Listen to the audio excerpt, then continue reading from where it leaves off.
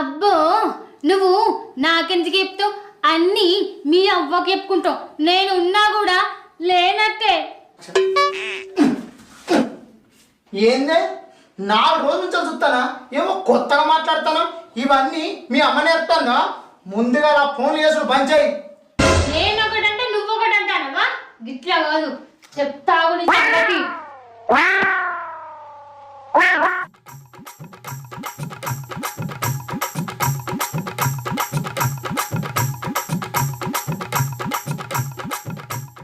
ఇంకొకసారి మా అవ్వగారి గురించి మాట్లాడమనుకో, ఇప్పుడు నీపు చింతపండైంది. ఇంకోసారికి నిన్ను బొక్కలు మొత్తం ఇరగొడతాం. ఏమనుకుంటున్నావు? నీ ముక్కు కొడతాం.